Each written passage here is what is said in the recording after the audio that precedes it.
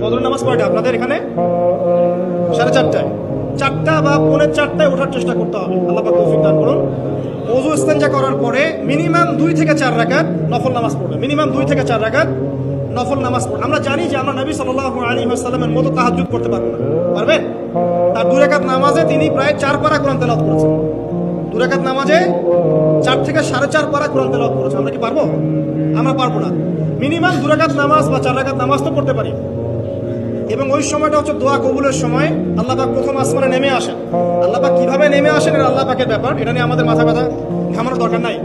আল্লাহ নেমে এসে আহ্বান করতে থাকেন, কারো কি কোনো চাওয়া আছে আমার কাছে, আমি সেই চাওয়া পূরণ করে দিব। কেউ কি অসুস্থ আছো, আমাকে ডাকলে আমি শেফা দিয়ে দিব। কেউ কি আমার কাছে ক্ষমা চাইবে, আমি ক্ষমা করে দেব।